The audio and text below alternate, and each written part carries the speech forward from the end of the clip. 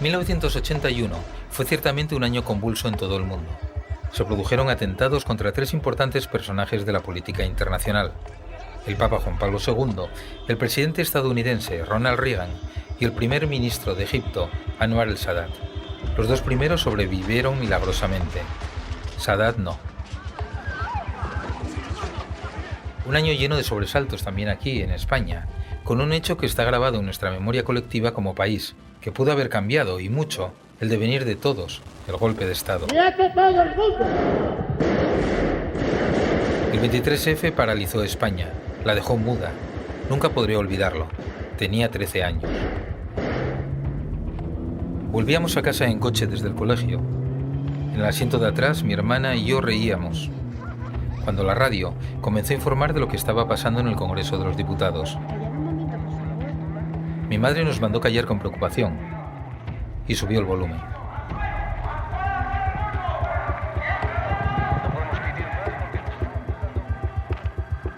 El recorrido fue como el de un cortejo fúnebre.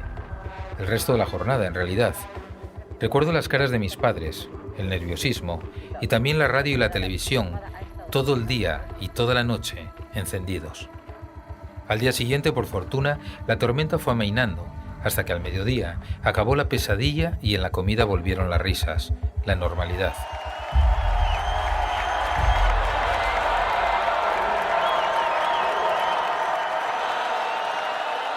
Y ese mismo fin de semana regresó el fútbol. Yo estaba contento, todos lo estábamos. Era un síntoma de esa normalidad. El Sporting jugó en San Mamés ante el Athletic y el domingo, ya 1 de marzo, el Barcelona de Elenio Herrera goleó 6-0 al Hércules en el Camp Nou con 2 goles de Quini, lo que situaba al equipo azulgrana a tan solo 2 puntos del líder, el Atlético de Madrid. Y al día siguiente de ese partido, solo una semana después del golpe, el país volvió a contener el aliento. La causa: un secuestro. ¿De quién? De un futbolista, de Enrique Castro González. Quini. Iban pasando los días y pasaron, yo creo que fueron al final 25 días, ¿no? Aquello fue tremendo. Claro, todos los telediarios y todo el mundo con el centro de atención. ¿Qué pasa con Quini? ¿Dónde está Quini? El Comercio presenta Ahora Quini. Episodio 4. 25 días sin luz. Mi nombre es Carlos Prieto. Soy periodista y estamos escuchando la vida de un ídolo, fuera y dentro del campo. Uno de los grandes pichichis del fútbol español, grande ante la portería y ante las adversidades. Un hombre que tuvo una manera especial de serlo. Y un amigo. El lunes 2 de marzo de 1981 saltó a la prensa una noticia que nos dejó a todos helados. Quini había desaparecido. Nadie sabía nada de él. La última vez que lo habían visto había sido el día anterior, domingo 1 de marzo, al dejar el Camp Nou tras golear al Hércules. Quini había salido del campo aquel domingo y cogió su Ford Granada para ir a casa, descansar un rato, poner a grabar en el vídeo Estudio Estadio y después ir al aeropuerto del Prat a recoger a su familia. A Marinieves, su mujer, y a sus 2 hijos, Lorena y Enrique. Jorge y Óscar no habían nacido aún. Pero Quini no apareció en el aeropuerto, y la familia enseguida sospechó de que algo malo había sucedido. Marinieves, cuando vio que Quini no llegaba, fue al domicilio barcelonés. Al entrar y ver la bolsa de su marido allí, se temió lo peor. Llamó de inmediato a la policía. Y a Alexanco, José Ramón Alexanco, el gran defensa azulgrana y amigo de la familia. Me llamó Alexanco. Dice: oye, Iñaki, ¿sabes algo de...? ¿Ha estado contigo? ¿Está contigo el brujo? Tras colgar con Marinieves, Alexanco telefoneó a José Ignacio Churruca, exfutbolista internacional y excompañero de Quini en el Sporting, y que jugaba en el Hércules, rival del Barcelona aquella tarde. Quini no se había puesto tampoco en contacto con él, pero pensó que habría ido a tomar algo con otros amigos. Yo al principio creía que era broma. Pero a medida que avanzaba la conversación... No, es que no ha aparecido por casa y Marinieves está preocupada y claro, es lógico y tal. Eso lo dejó inquieto. Los miembros de los grupos Omega de la Brigada Antiatracos de la Policía Nacional de Barcelona se pusieron a interrogar a todos sus confidentes. Algo había pasado con Quini y debían averiguar qué era. Los rumores de secuestro comenzaron a sonar entre la prensa y aficionados, que incrédulos nos preguntábamos quién iba a secuestrar a un futbolista. No era algo que ocurriera con frecuencia. El único secuestro de un futbolista había sido el de Di Stéfano, que también tuvo su historia, ¿no? Pero claro... Este era un hecho casi sin precedentes, explica el periodista José María Urbano. Es decir, en la Liga Española, el Pichichi de la Liga Española secuestrado después de un partido, la gente, no dábamos crédito. Urbano incluso se planteó, como Churruca comentaba antes, que podía ser una broma pesada, de mal gusto. Esto puede ser una broma que durará 24 horas, 48 horas y tal, claro. Pero el silencio y los rumores pronto cambiaron de forma radical y la realidad golpeó. Nos golpeó a todos. Los hechos hablaban. A través de otra llamada de teléfono, se confirmó que a Quini lo habían secuestrado. Cuando salía de su domicilio para ir al aeropuerto, Quini se topó con dos jóvenes que a punta de pistola le obligaron a meterse en su propio coche, un Ford Granada color whisky, y acurrucarse en el hueco del asiento del copiloto. Tras un breve trayecto, cambiaron de vehículo. Tenían una camioneta de KV preparada, donde lo metieron en una especie de cajón de madera, con una capucha en la cabeza, y emprendieron un viaje de más de 300 kilómetros. Aquello sí era un secuestro. María Teresa Álvarez es periodista. Además, él iba a buscar a su familia al aeropuerto. Y lo secuestraron a punta de pistola. Por dinero, siempre el maldito dinero. Pidieron figura. 70 millones por soltarlo. Luego subieron a 100. Es imposible. Empezó la agonía. Es cuando ves en las películas que suena la cabina del Times Square y te van y te hablan. Y dices, pues aquí con nosotros te decían, a tal hora suben a tal cabina. Facilitaban la hora y la dirección de una cabina para dar esos datos a cuentagotas, algunos importantes, como la suma por el rescate. Y había que correr. Así. La policía con un pañuelo para poder atravesar Barcelona, para poder llegar a tiempo a la cabina. La Pues familia así de era. Quini, no hace falta ni que lo diga, lo pasó fatal. Quedas un poco, Mucha madre incertidumbre, pensando si volverían a verlo. Mucha tensión en la espera. Y el teléfono de casa, que no paraba de sonar. Escuché a mamá alguna vez contar que lo que peor llevaban era el estar en casa y que sonaba el teléfono y a lo mejor era alguien, oye, yo vi, ¿sabes? Estas llamadas que van haciendo, sí. Yo lo vi, o yo sé, o yo esto. Dice, la gente no se daba cuenta del daño que estaba haciendo en ese momento porque, claro, te daban pistas falsas, te daban... Aquel hecho nos conmocionó a todos. A todos. Daba igual la edad, el género, la clase social o si éramos o no aficionados al fútbol. Cuando el secuestro conmocionó a toda España, o sea que era muy reconocido. Ya cuando y también marcó, y mucho, por supuesto al propio Quini, que no sabía quién lo secuestraba. ETA, el Grapo, ni tampoco a dónde lo llevaban, o qué pensaban hacer con él. No sabía dónde estaba ni nada, y te quitan el reloj, te lo quitan todo, me pusieron un chándal y luego tuve que bajar por una escalera y aparecí, cuando quité, me mandaron quitar el capuchón, lo quito y me encontré con 4 paredes con mucha humedad. Una especie de cuarto oscuro. 4 paredes sin servicio, sin nada, una luz en el techo y nada. Un zulo, ese fue su destino. Un pequeño zulo en un bajo en el número 13 de la calle Jerónimo Vicens de Zaragoza. Ni ETA ni el Grapo tenían nada que ver. Ese secuestro fue obra de Fernando, Víctor y Eduardo, un electricista, un mecánico y un tornero, parados y desesperados por su situación. Pensaron que secuestrar al Pichichi de la Liga le solucionaría todos sus problemas. Yo cuando te sucede una cosa como me le sucedió, te da la cabeza te da muchas vueltas. Muchas. Él no sería consciente en absoluto. Ahora, pensaría en lo peor, seguro. La familia estaba cada vez más nerviosa y más asustada. Normal, como no estarlo. La policía no se fiaba de los secuestradores. Eran inexpertos y eso los convertía en peligrosos. Además, les dijeron que si no pagaban, devolverían a Quini. Sí, pero muerto. Sin vivir. Los días se sucedían, uno tras otro, sin descanso y sin piedad, y no tenían noticias de su marido, de su padre, de su hermano. 25 días, 25 interminables días pasó Quini encerrado en aquel minúsculo zulo de 8 metros cuadrados de superficie, en los que el asturiano, a pesar del miedo y de la angustia, logró sobreponerse porque nunca perdió la esperanza. Hombre, perderla no la pierdes nunca. Siempre tienes esa pequeña llama que podía andar contigo, ¿no? Por eso te mantienes, siempre hay una esperanza, ¿verdad? Porque yo miraba, había una esquina allí, y yo pensé a veces, digo, si me doy un cabezazo fuerte ahí, igual me quedo ahí tirado. Lo pensé, lo llegué a pensar, hay que aguantar aquí a ver lo que pasa, ¿no? Siempre más con esa esperanza, siempre. La esperanza yo creo que es lo último que se puede perder.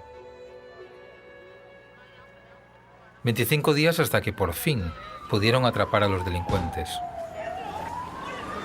Lo hicieron a través de una operación organizada por la policía en colaboración con el Barcelona y las autoridades suizas. Era allí, en el país helvético, donde los secuestradores exigían que se depositara el dinero. En Ginebra detuvieron a uno de los secuestradores cuando retiraba el 1.000.000 de pesetas del rescate en el banco acordado para depositar el dinero. Era Fernando, el electricista. Enseguida se derrumbó y contó dónde estaba Kini. La policía fue de inmediato al lugar. Forcejeo y de repente abren una trampilla. No, pero sí, cuando abren. Allí encontraron al delantero, envuelto con un colchón sucio de espuma. Creía, estaba seguro, que eran los secuestradores y que lo iban a matar. No sabía en ese momento lo que se podía tratar, porque yo lo que nunca pensé era que me podían sacar la policía así como me sacó.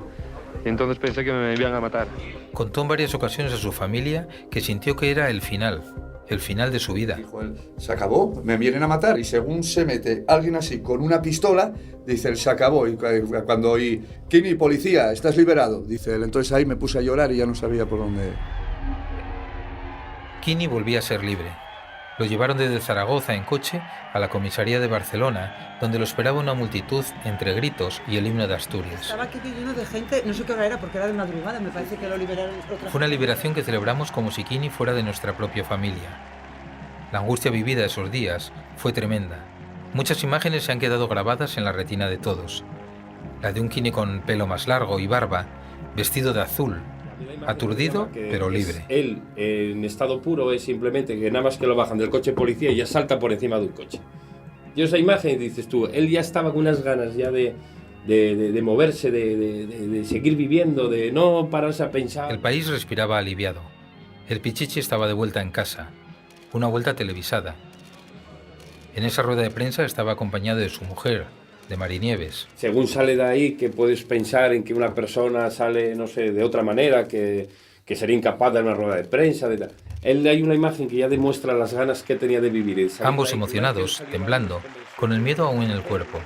Una imagen que nunca podría olvidar, como tampoco sus palabras, ni sus lágrimas. Cuando lo liberaron aquello, bueno, son imágenes que quedan grabadas, ¿no? Kini saliendo con aquella barba, cuando empezó a llorar y tal, ¿no? Muchos explicaron que el brujo renunció después a la indemnización porque sufría el síndrome de Estocolmo, pero en realidad no fue así. Lo que creemos estamos todos de acuerdo es que él, si lo secuestran para recaudar un dinero o es a cambio de dinero, viendo que no es, o sea, que son tres obreros, tal, que no, a lo mejor no tienen nada, ¿qué va a sacar de esa gente? Entonces, no es perdonar, es simplemente no los voy a demandar, o sea, no voy a pedir nada, ya está. Con el tiempo el propio Kini lo explicó. Yo les perdono. 3 años después de aquel terrible hecho, cuando yo estaba a punto de cumplir los 16, los secuestradores fueron condenados a 10 años de cárcel y a pagar una indemnización, 5 millones de pesetas. Kini se ratificó y renunció a ese dinero. Muchos lo aplaudieron. Simplemente lo que yo necesito es pasar página, vamos a dejar esto, solucionarlo cuanto antes y no andar con juicios, con historias, pidiendo dinero a quien no lo tiene. O sea, yo en mi vida no necesito nada más que pasar página. No entendieron aquel gesto, como el Barcelona. La renuncia de Kini suponía que el club se quedaba sin los 100 millones que reclamaba por los daños sufridos al perder una liga que estaba seguro de que era suya. Schuster, en una entrevista, dijo que uno de los peores momentos que había vivido él como deportista fue el secuestro de Kini. Porque aquello afectó a toda la plantilla del equipo. Pero es que los compañeros también estaban muy preocupados por él, todos se les veía muy afectados. No querían jugar y les obligaban a jugar. Lo hacían pero con desgana. Entonces, claro, pues el Barcelona pegó un bajón y perdió la liga. Porque el Barcelona quería que denunciase, él se negó a denunciar, empezó luego ahí un poco el declive con el Barcelona también. Por esto, a la dirección azulgrana no le gustó la decisión del asturiano y se produjo una brecha entre el jugador y la entidad que lo perjudicó mucho. Empezó a jugar menos, a sentirse un tanto apartado, pero Quini lo tenía claro. ¿Cómo pedir dinero a quien no tiene nada? Yo tenía un abogado que, oye, vas a pedir dinero o tal. Yo, pedir dinero, yo, ¿tú qué opinas? Si ellos me secuestran a mí para sacar dinero, yo no creo que andarán muy bollantes. Dijo él, no, yo no lo haría porque ¿para qué vas a pedir nada si no te van a dar nada? Dije, pues entonces no digas nada, no pongas nada, no vamos a pedir nada, vamos a dejarlo pasar. Dejarlo pasar, pasar página. Ese era su deseo, recuperar la normalidad. Este capítulo empezaba hablando de volver a la normalidad tras el 23F, que era lo que ansiaba la gente. Y eso era también lo que Quini quería tras el juicio, volver al campo, a lo que mejor sabía hacer, a marcar goles. Con todo lo mal que lo pasaría después del secuestro, evidentemente, pero es que todavía así quedó Pichichi de la Liga Española. O sea, cosas que dices, tu madre mía. Aunque en su interior, ese secuestro le pasó factura. Lorena, su hija, recuerda el temor de su padre. Cuando lo soltaron, hubo una época que tenía miedo. Mucho Si miedo. tenía que ir al garaje a buscar el coche, todas esas cosas le daban miedo. Lo pasó francamente mal. No quería ir solo. Contaba como una anécdota que, bueno, que resulta simpática una vez que pasa, ¿no? Porque en su momento él no debió de morir de un infarto de casualidad. Se refiere a cuando paró su coche en un semáforo de Barcelona. Se montó uno al lado, o sea, le entró en el coche y se le sentó en el asiento del copiloto. Que claro, según miró para él y no lo conocía, no sabía quién era, que no le dio algo de casualidad y le dice el que se sienta, ay, perdona, es que me equivoqué, y se bajó del coche. No cabe duda de que fue un jugador importante y querido para el Barcelona. Marcó 101 goles en 178 partidos en sus filas, pero aquel ya no era su sitio, y para pasar página pensaba en un regreso, en volver a Gijón, en volver a casa. Quini se despidió del Barcelona el 9 de octubre de 1984 en un partido homenaje, pero no fue el final esperado. A mí no me lo pareció, con un encuentro en el que, a pesar de contar con ilustres como Cruyff y Kempes, ofreció la imagen de un Camp Nou desangelado. Al menos tuvo la participación de sus hermanos, Jesús y Falo. Luego llegarían más reconocimientos, más calurosos, porque dejó huella en Barcelona. Del Barça, que dice, para una persona que haya jugado solo 4 años aquí, que tenía que hacerle homenaje porque estaban obligados a hacerle el homenaje con el cariño que le tiene a la gente, que le tengan tanto cariño, que es algo inusual.